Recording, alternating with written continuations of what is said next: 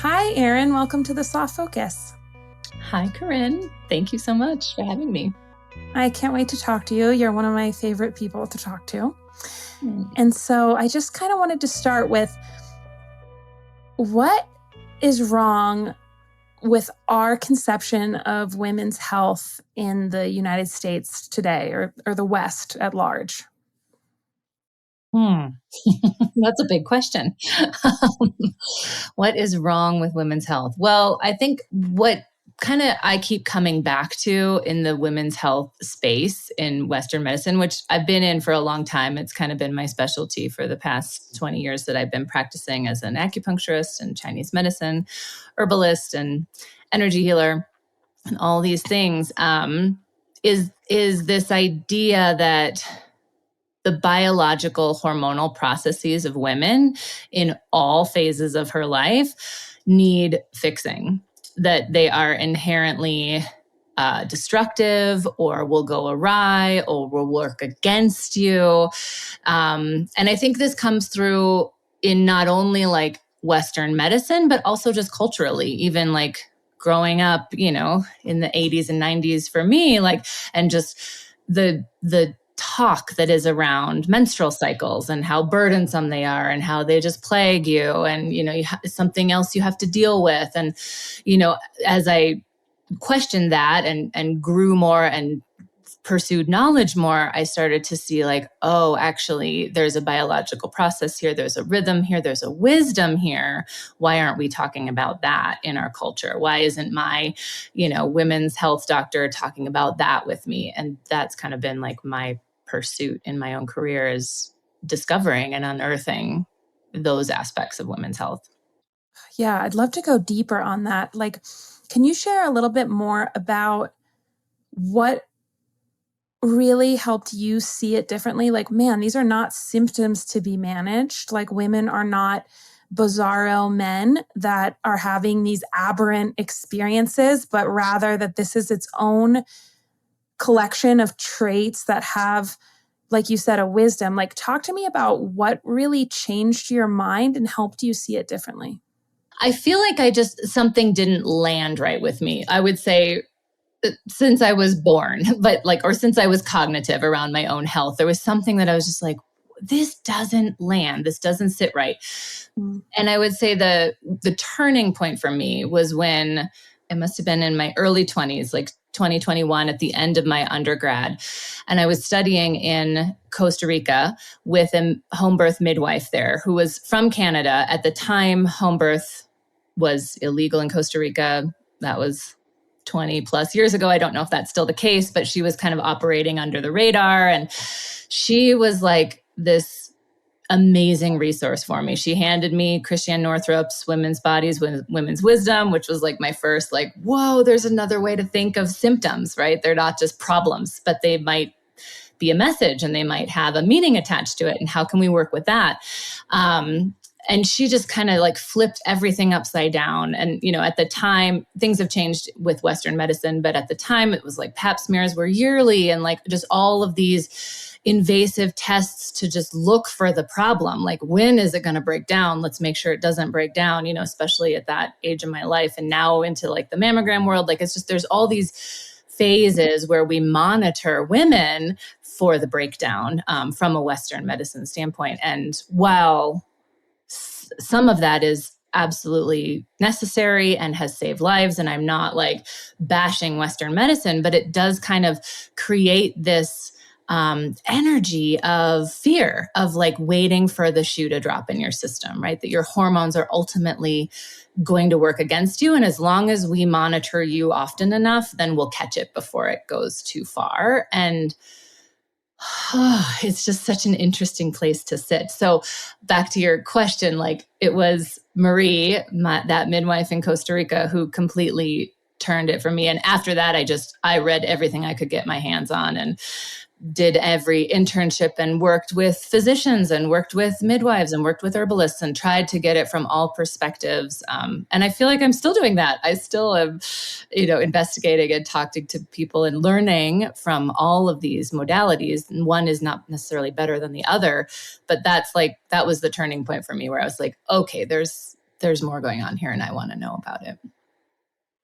It's fascinating. You mentioned just kind of our cultural obsession with wanting to be prepared or know when the other shoe is going to drop or dissect and test and, get ahead of everything. And when you were speaking about that, it made me think about like my own journey and how so similar to yours. Like I was raised with this idea that periods were bad, inconvenient.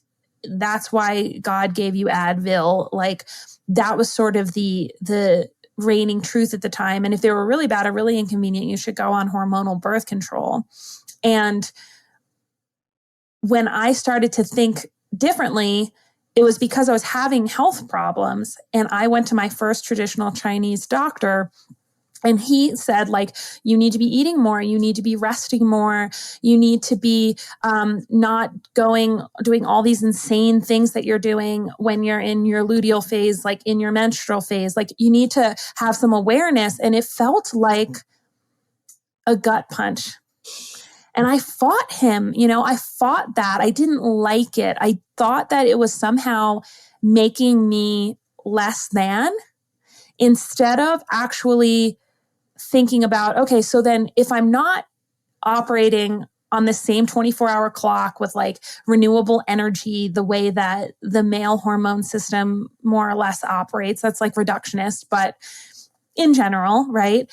If I have this kind of other more sensitive, protracted seasonal cycle, instead of seeing that as a negative, like it took me a long time to try and see the positives. So what have you noticed to be some of these like unique gifts and wisdom that we can glean if we're like leaning into the seasonality and the change and the dynamic nature of our hormonal cycle?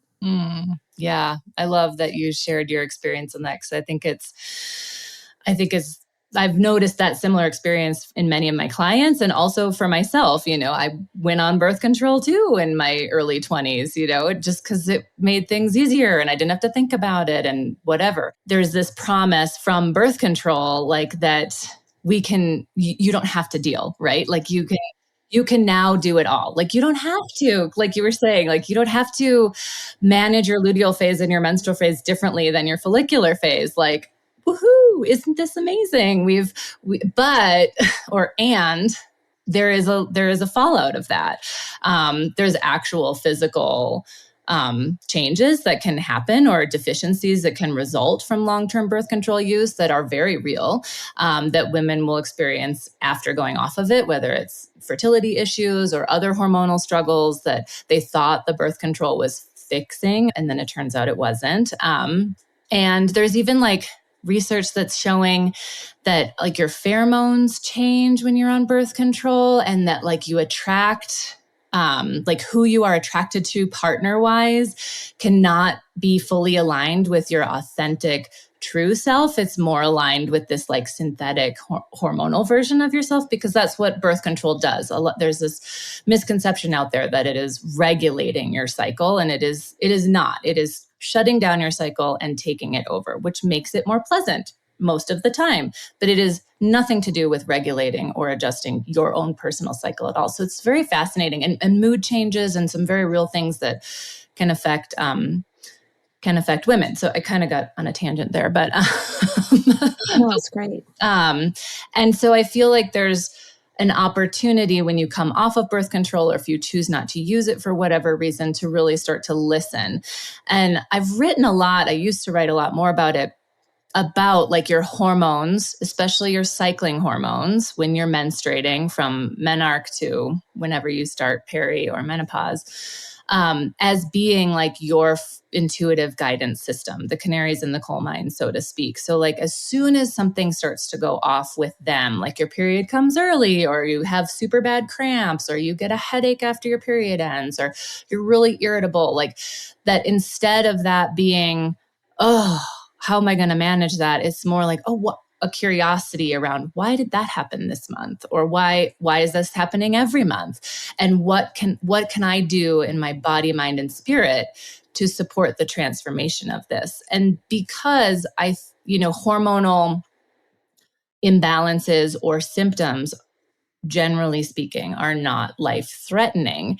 That's kind of why they are the first line of defense. Like if something, or how I see them in Chinese medicine is that, like, so if you have like terrible periods, right, you're bleeding 10 plus days a month, they're heavy. So if we can get that under control, then all the other more vital organ systems can stay safe, right? It's like that first flashing alarm of like, there's an inflammatory cycle happening. How do we get it under control? We Mm. can do this. It's not like life-threatening in the sense, other than blood loss for that long can lead to other complications. But if we can rein that in, then then that can balance everything else in the whole body. It's like so connected. And I think the hormones are just such a beautiful, in women, opportunity to evaluate their state of health throughout their life based on how they're feeling hormonally and the symptoms that are presenting. And that's like macrocosm, right? And then we can take it into the microcosm. And how do we capitalize on the follicular phase hormones, on the ovulatory phase hormones, on the premenstrual hormones, on the menstrual hormones? What can we do in our life to access more intuitive guidance in other aspects of our life based on where we are in our cycle? How are we going to choose to exercise? What are we going to choose to do a big, exercise, push or eat, or different foods? Like just using that as a map to guide you, and then zooming out and analyzing any uncomfortable symptoms you might have and trying to figure out if there's meaning behind that, and then what the domino effect of getting those into alignment will provide. Thanks for sharing all of that. As I'm listening to you speak, I'm instantly thinking about like fast forward when my two young girls are teenagers and they're coming into their pubescence and like experiencing all of this for the first time. And I think that's when it first strikes, right? It's like, oh no, you can't go to that early morning swim meet because you have cramps or something. And we're coming up against some of the demands of modern life on the one side. And then this kind of inner wisdom that maybe doesn't always align with the demands of modern life. So what would you recommend from a traditional Chinese medicine perspective? Like, is it as simple as, okay, you want to run track and field, you're eating a burger at lunch and you're eating a burger at dinner? Is it that we need our teenage girls to be like sleeping more? I mean, when we start this process to get off on the right foot, which I think so many in my generation got off on the wrong foot, and we'll get there in a minute, like catching up. Yeah.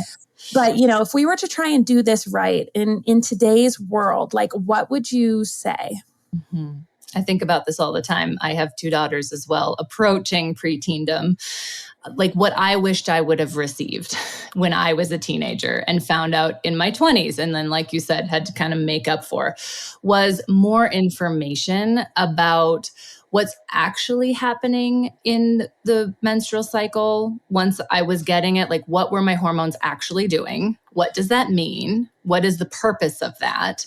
And from like Western medicine biological, I think that's important to understand, at least for my brain, that was important. And I imagine conveying that to my daughters and other women out there. And then also this other piece of like, okay, now you have another barometer for your health. In addition to like when you feel tired because you didn't sleep well, like this is another barometer for your health. And I'm a big fan, from whatever age you are, that we find what works for you. It's not about like, oh, so you always have cramps on day 2 and you're going to have to miss out on swim meet because you are a person with cramps. I'm more like, okay, so if swim meet is your passion, or the swim meets are your passion, how do we align your body so that you can do your passions, right? What is your body craving that it's not getting so you can show up for the life that you want for yourself? It's not about, not getting to do things because you're a woman, right? It's a totally different approach to it. It's like, okay, well, how are we going to feel into this? And like you said, over nourishment in that phase, I think, is crucial for teen girls, and over rest. I say that because they're just not getting enough typically of protein, red meat protein specifically, or organ meats, vitamins and nutrients, or sleep. At that age, it's just like, it doesn't line up the way we've created our culture with teens, male and female teens, and the hormonal changes, the demands that are on them, both mentally, emotionally, and physically, typically in our society, are way too much for the amount of rest and rehabilitation they need. So that's where that like overnourishment, we have to kind of start to compensate more than we might think, because the demands are often so high for that It's age. fascinating to me because so many of the metrics of like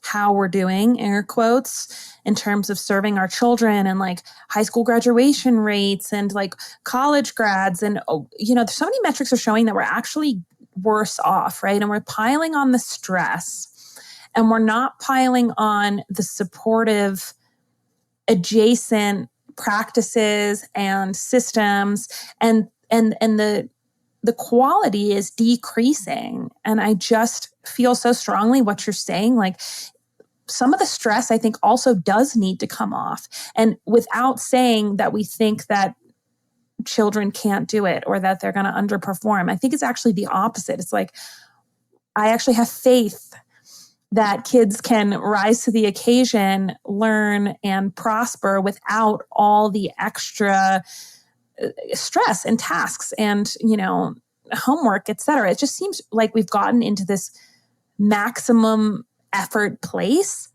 And having grown up in that and then somewhat matured into, an adult at this point, I feel like that's where I am now, is really trying to undress a lot of that chronic stress, a lot of that like constant cortisol cycle that even all the organ meat in the world can't undo.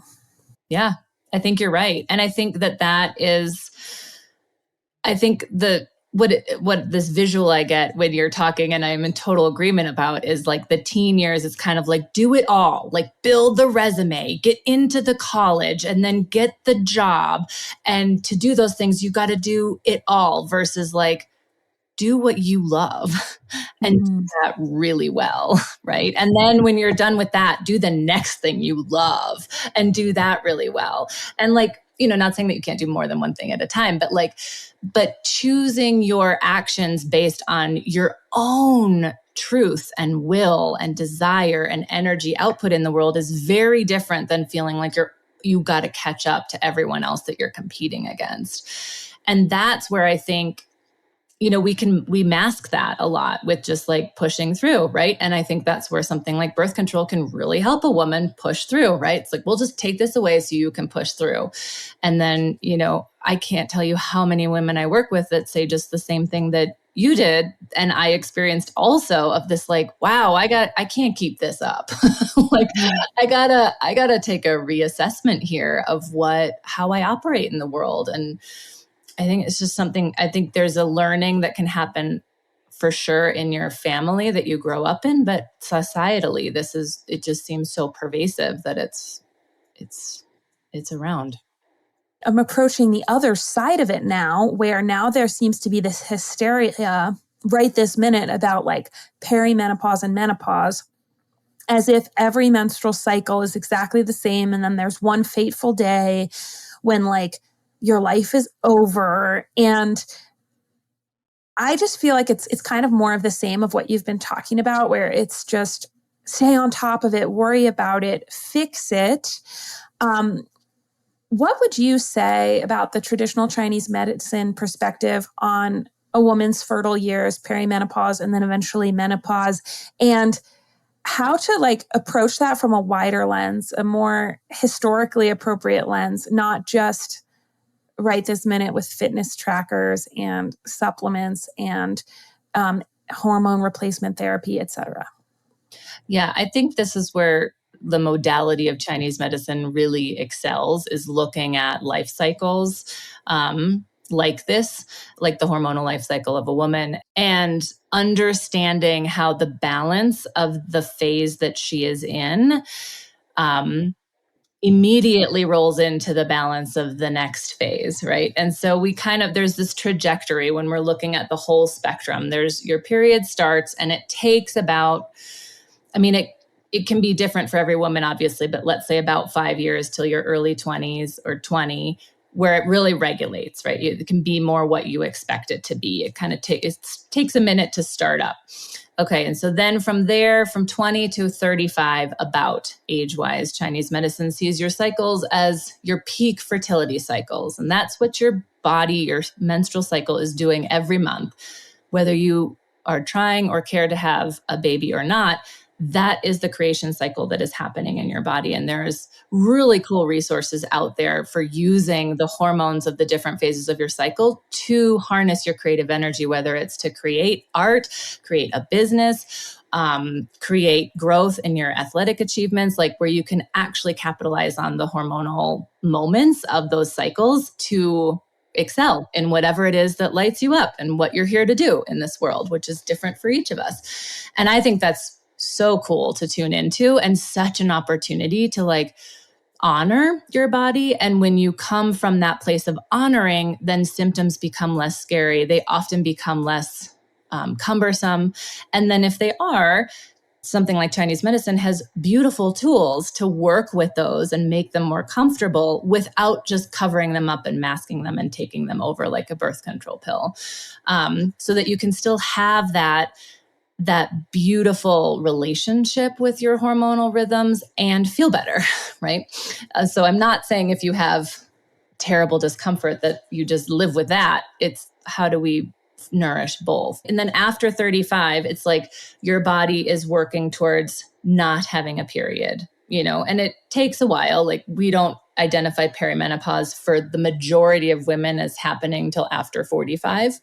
And I would say that seems true in my practice, where women have fairly regular cycles from 35 to 45. Maybe around 40, they might change a little. Like all of a sudden they're a little heavier or a little lighter, or a little shorter, a little longer, like something's starting to change, but it's nothing too cumbersome. But from Chinese medicine, if we've been keeping up on our hormonal health, the theory is that next phase of peri and menopause will also be able to be more balanced, right? Because we've had this relationship of the transition from, no period to fertility, to peak fertility, to babies, and then to the waning of that. That's just the trajectory from Chinese medicine. There is no like doom and gloom around it. It's just like, this is the way it goes. And from qi and blood are at the source of pretty much all physiological processes in the body, but certainly hormonal regulation. And so there is a finite amount of what we call jing or essence, which is ruled by the kidneys and rules our hormonal state. And there is a reason we wane our menstrual cycles so that we can preserve our jing in our later years, since we're not going to be having babies. And that will allow us to live longer and have more stamina and more healthy life by preserving our jing, by removing our ability to have babies, which removes our period. So that's essentially like the reason in Chinese medicine that that's happening, and that there is a wisdom behind it that is pro you living longer. It is not like, here comes the bad news, ladies, like life's about to get a lot worse, So it's a totally different way of seeing the life cycle of a woman and the benefit of that, almost like young girls don't have a period, though they're getting them younger and younger because they're too busy growing. Like they don't have enough chi and blood to do that. Like they're building bones and growing taller and their organs and all of it. It's the same kind of thing on the other end too, preserving our jing, preserving our energy. And so when you think of it as a self-preservation technique or tool for the body, it's totally different than what we're told in Western medicine or science, or even amongst our peers and our friends, of what's happening. Now, that doesn't mean, just like with the menstrual cycle, that as your hormones start to really wane and your periods start to, space further out, your estrogen, your progesterone, your other sex hormones start to drop, this transition can lead to symptoms. in an ideal world from Chinese medicine, if your body is in balance, you will not experience any symptoms other than the reduction in frequency of your bleed. So anything else, the sleep issues, the metabolic changes, the temperature dysregulation, the mood, all of it, I think we're up to 38 symptoms now that are officially associated with peri and menopause. For women, it's just like the list goes on and on. It's almost like a catch-all now. Like if you're over 45 and you have a symptom that they can't link to something else, it's perimenopause, So it's like all of that is just an imbalance in that your body is responding to the transition of your hormonal drops. It's almost like a fight or flight. And so the symptom comes up as like a way to protect. It's not regulated enough. And so we just work on improving the safety of your body, the body feeling that foundation, like, oh, we can trust this process. Change is hard and it can be painless if we trust it more, right? That's what's happening inside your body. And then we can reduce some of the discomfort that comes along with it. I really want to dig into this Jing management concept, which is actually new to me. I'm familiar with Jing, having worked with you as a client for years, but this whole arc of sacred life force energy and how we're managing it throughout our entire lifetime, not fractioning it into these kind of arbitrary windows. One of the things I love so much about Chinese medicine is the seasonality. Like right now we're in wood season. Is that correct? Yes. So like, can you say a little bit about, for the person who's listening, who's maybe more uninitiated or is starting to get curious about this, like what can we be doing to nourish that Jing right now? And what are some of the best supportive, stabilizing, securing kind of practices we can do to give our bodies that safety and that strength? So there's two aspects to it. We call it prenatal and postnatal qi. And those are kind of what build the Jing. And that is like a combination of it's not really genetics, but we could kind of use that word as a translation, but it's kind of what you inherited from your parents, like the essence, your foundation of supportive essence in your body that you got from being an embryo from your parents, right? What you got directly from them. So their state of health, their Jing would have mattered as far as what you got. And then there's the postnatal Jing, which is what you can create yourself through lifestyle, through food, through rest, through nourishment on every level. But that one for that happens with qi and blood. You nourish that on an ongoing basis. And Jing is tougher. It's like the deepest nourishment. So it's like, I think of the number one thing would be organ meats, bone marrow, liver, as being at the top, heart, really any organ meat as being the most nourishing for Jing. And then deep rest, meditation, things like that really can restore the system on that deep level, can help to replenish the Jing. Also, following your purpose, is a real big, because not following your purpose, it's so draining, right? That feeling of that, knowing why you're here, at least in this moment, right? And when I say purpose, I think it can be really daunting because it's like, well, why am I here? I better be doing that. And it can feel so like, I don't want to get it wrong, but it's not really about that. It's like in that moment, are you choosing what your body needs, right? And are you doing the work in the world that lights you up, that you're excited about? Is your cup full first? And that you do this on a moment to moment, hour to hour, day to day basis. And if you can, and like you said, life happens sometimes and you've got to go put out the fire when you don't have the energy to do it. And we do that. But do you come back? Can you come back to, okay, but this is what I need and I'm able to offer it to myself and I'll prioritize it now. And the more you can do that, the more your Jing will be nourished. It's that deep, attunement and honoring of your needs, and attending to them. And that's, I think the hormones for women just are that's what I'll just go back to that. It's such an opportunity to to see where you're at, right? And be like, oh, maybe I wasn't listening to myself this month so much. Isn't that interesting? I don't usually have these symptoms and now they're here. Okay, what can I do differently? How can I course correct? I really encourage myself and my clients to always have this mindset of curiosity versus like looking for what's wrong. Like, oh, okay, this is interesting sensation.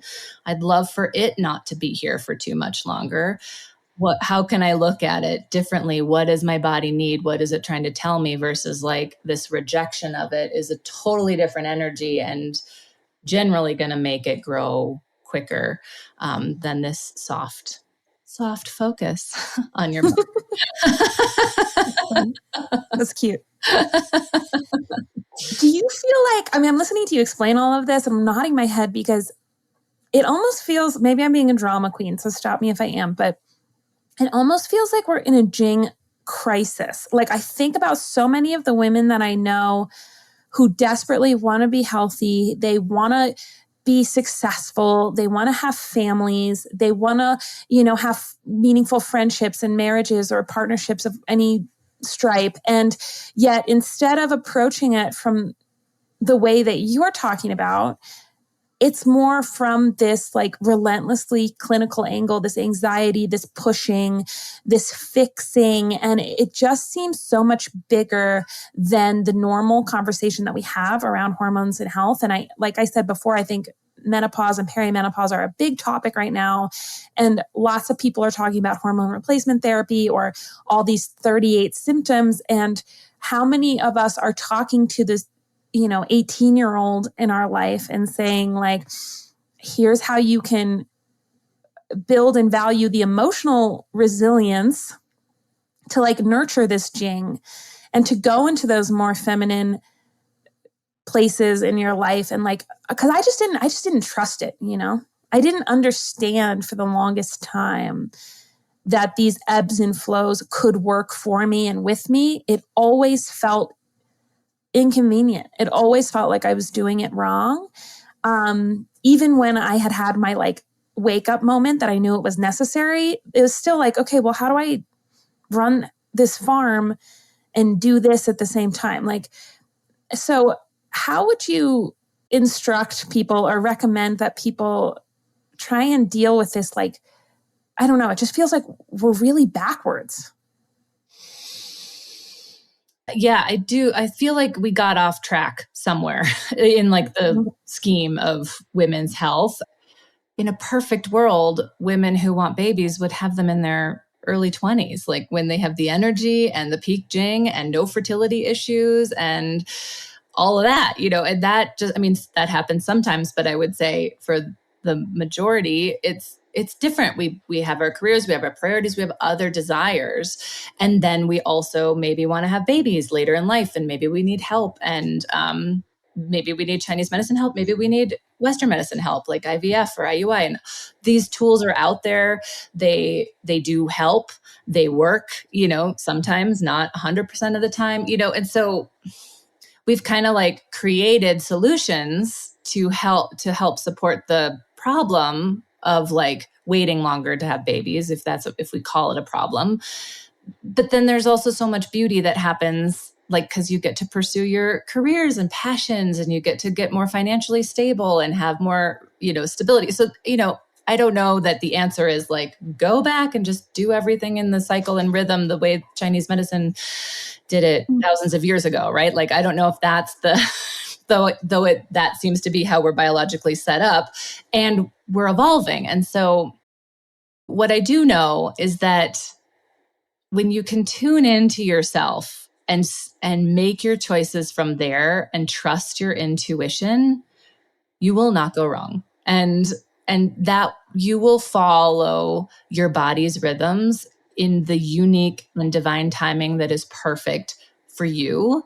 And you know better than any practitioner or doctor or MD or herbalist or acupuncturist or anyone out there what your body needs. If you, like you said, just trust into it and lean into it. And if that feels painful, then get support, right? Like if trusting it feels too big or too hard to do on your own, get support and see if you can find a way to learn to trust your body again and see the gifts it can give you and the opportunities and the freedom it can provide, that it is not stifling you to lean into it. It is not limiting you from your potential by leaning into it. Yeah, thank you for that. You're so right that the answer is not mimicking the past, right? We have to take where we are and embrace where we are and all the goodness that's come from that. Mm-hmm. And also, be willing to get some wisdom and get some support and lean into the intuition ourselves. That's so, I feel so affirmed. Like I feel so excited now. Isn't that funny? Like, but there's something about reconnecting with that in the cacophony, in the noise, that is just so helpful and supportive. So thank you. I wanted to ask again about protein, which you brought up earlier. Do you think women underconsume protein? And can you talk a little bit about what makes protein good? How do we find good quality protein, and what impact that has on the Jing and the overall, fertile cycle? Mm-hmm. The building blocks for hormones are protein and fats. And nutrient dense forms of those. So protein is really interesting. I feel like it pops up in my world right now in every direction of like, are you eating 180 grams of protein or your body weight plus whatever? And, and I'm like, well, I guess it's good. We're focusing on protein. And that's not really the same thing that Chinese medicine would say about feeding your hormones, right? It's not like about getting like a certain number of grams, but really maximizing your nutrient density. As for your pastured pork and like the health benefits of all of the nutrients that come from the fats that are within pasture raised organic animal meats. It's like that combination that is number one for your hormonal health. Like you're not going to get the same bang of like Jing support from a skinless, boneless chicken breast that has it has like 60 grams of protein or whatever. If it's you, like they're not the same as like, 4 ounces of ground beef with organ meat or ground pork with organ meat. You can eat so much less of this nutrient dense food, get so much more nourishment than like something that's just high in protein or protein powders. I'm like, if it makes you feel good, you do what you love to do. But as far as like Jing nourishment and really feeding your body, it's not going to come from a whey protein isolate or a pea protein isolate or any of these. It's not just about, are we hitting our protein goals? But it's that whole package of nutrient density, protein, fat, vitamins, minerals that we're not getting if we're not eating that package of fat and protein. Can you say more about why that is? Like what in Chinese medicine is the difference between a organ meat fat combo from a pastured animal and a pea protein bar that's advertising like all the amino acids or, perfectly balanced protein? Can you explain what the difference really is? Yeah, from Chinese medicine, it is all about the blood and blood nourishment. And blood is like your life force. Well, qi is also your life force, but blood is what rules your hormones. And as women, we have to worry about it a little bit more than men because we lose it every month or so.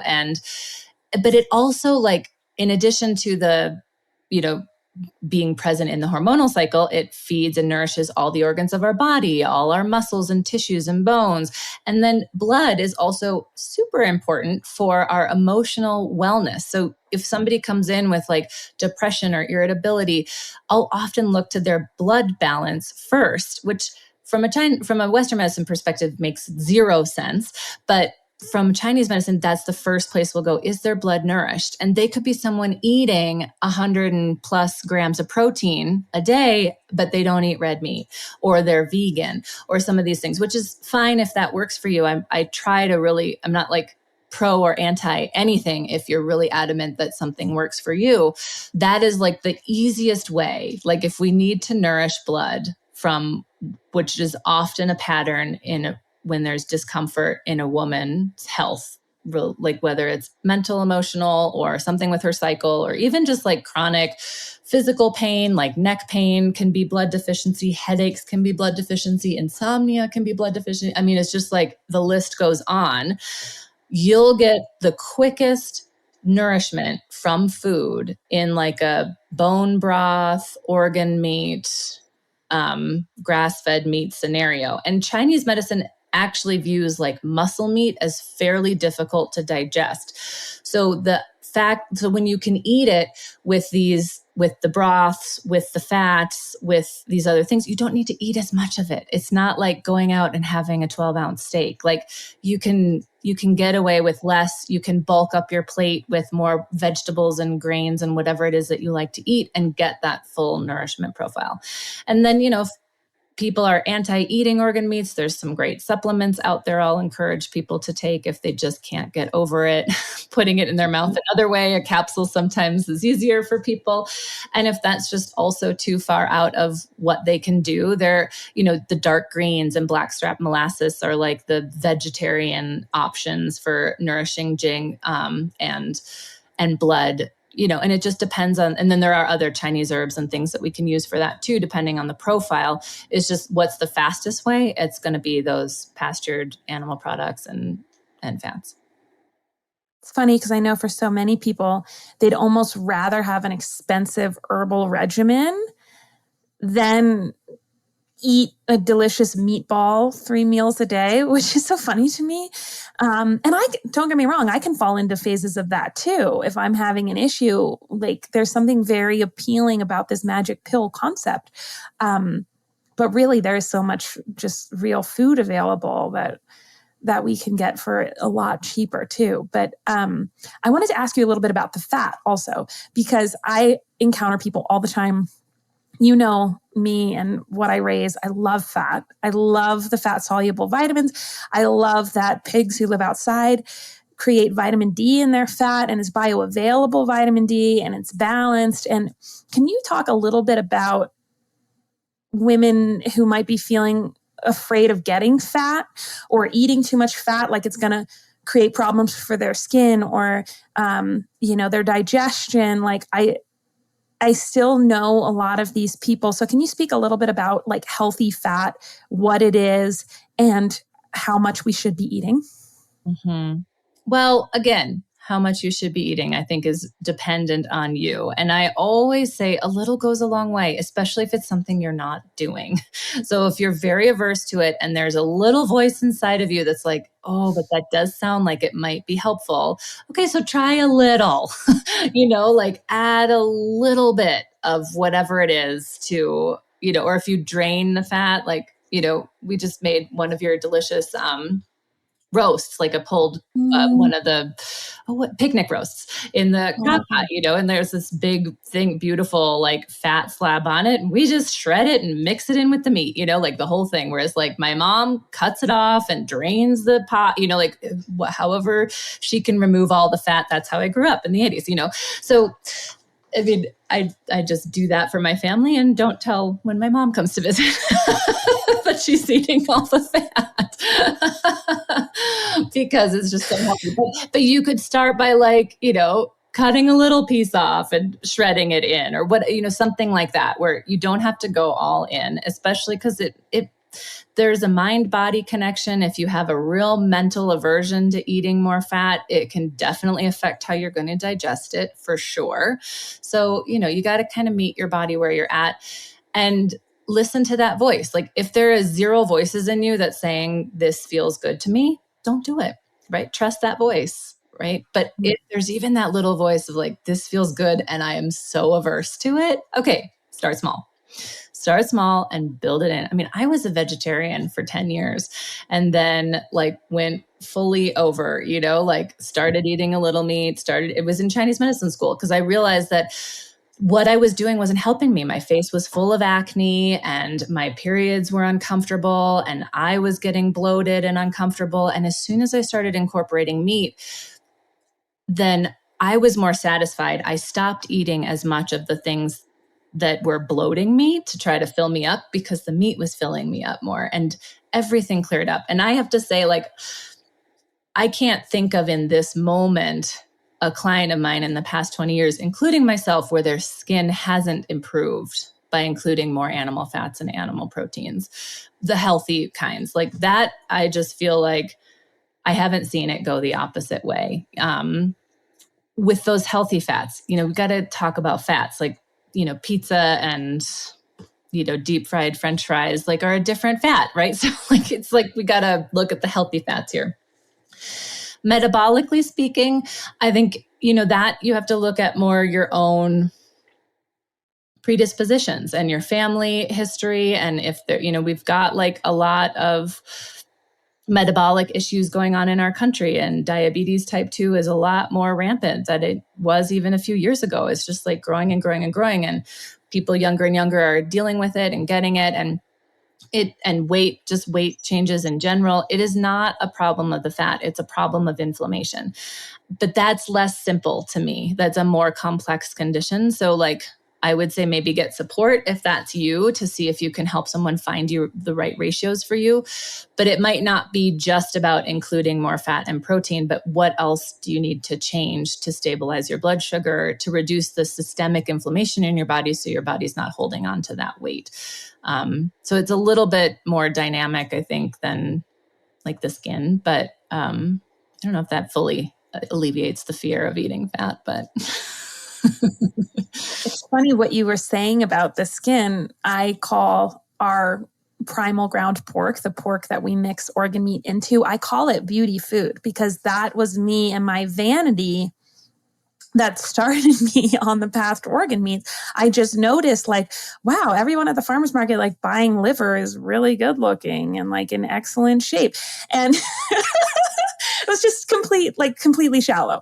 And then there were all these other downstream positive impacts from incorporating that. But if you're out there and you have like a pack of ground beef with organ meats or some of our primal ground pork or whatever, do not drain the fat. Do not be like Erin's mom, because so much, and my mom and so many people, but so much of those nutrients are fat soluble, right? And if you drain the fat, you're going to drain off a lot of that goodness. So if you want to have all the radiating nutrition from the protein and the minerals, you actually kind of have to have the fat. Is that right? Yes, you do. You absolutely do. And like you said, you can't get it anywhere else. Like, and pork is such a beautiful example, because the fat, the micronutrients in pork, as you know, are so unique. They're not the same in beef tallow fat and whatever fat comes from chicken. It's minimal, right? Like, it's totally different profile. And that vitamin D, there isn't really another source of it from food that is bioavailable. Like, that is the only one. And so when you have the opportunity to give that to your body, it's pretty amazing.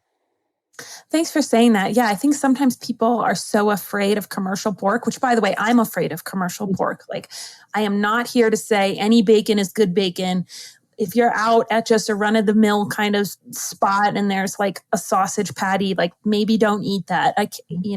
That's not what I'm talking about. But what I'm about to say is, I think sometimes people throw the baby out with the bathwater and they say that they're going to eat lamb and beef and maybe some wild game without realizing like the extra thiamine or the extra selenium, or like, pork kidneys are almost as nutrient dense as pork livers. And we aren't talking about these intricacies. So I love your earlier advice to listen to your body, because that's part of how I started raising pork. I just loved it. And I was so upset that all of it was gross. And that like very much started me on my particular journey. And as we move forward, adding some beef, it's going to be from the same perspective of like beef that really tastes good, that like resonates with my personal intuition and makeup. But there's so much gradation in the world of protein fat. It's not so black and white, right? It's not just like get it where you can. It's find these sources that nourish you, that excite you, and let yourself indulge in that. Yes.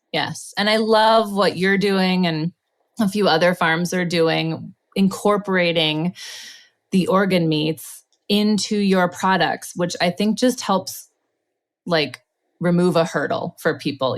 Like I loved your podcast not too long ago on organ meats when your like experience with cooking, was it a heart or a kidney? Like even me, I'm like, gosh, if I got a pork kidney, I'm not sure I would really know what to do with it, but do I want to indulge in it? Yes. And if you can make it easy by putting it into my ground pork, which I can put into my sauce, which I can put into the pasta for my whole family, like, oh, boom, right? Like, I'm so happy to have that hurdle removed. And so I think that looking for those sources and resources out there are so helpful too, because then you just don't have to like deal with, what am I going to do with this whole piece of kidney?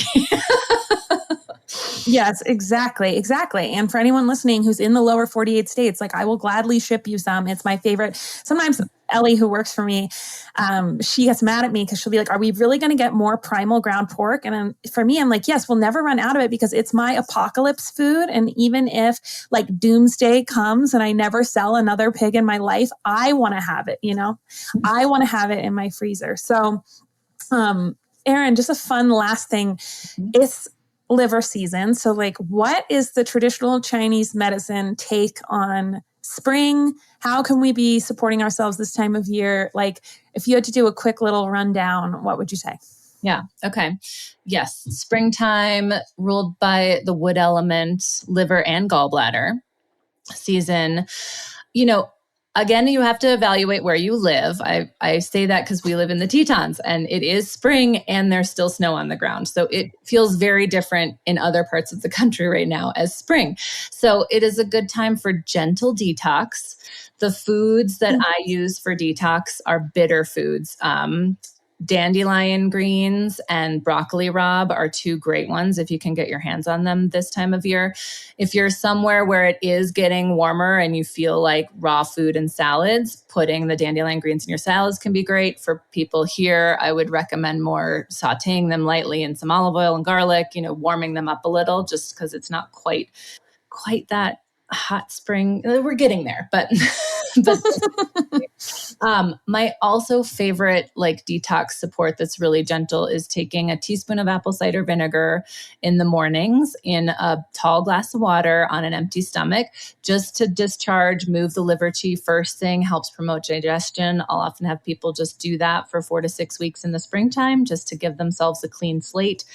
In Chinese medicine, we're not super big when I say detox on like fasting or removing big food groups or juicing or some of these other things. They can be often too taxing on the spleen, which then congest the liver. So looking for detox that through the greens, adding the apple cider vinegar or adding like a dandelion root tea throughout the day, that can be just helpful addition to what you're already doing. The winter is kidney season.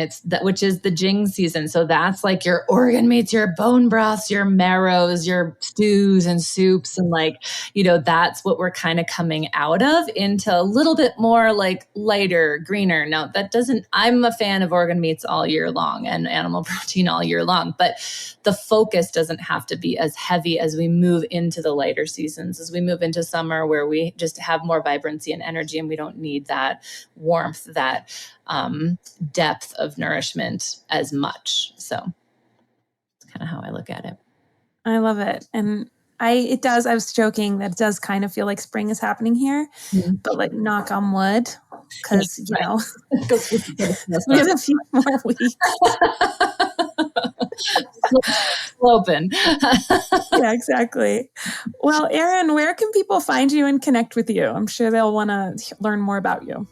Oh, thank you. At my website, Erin Borbet, it's ERINBORBET.com. That's where all my contact and all my services are located.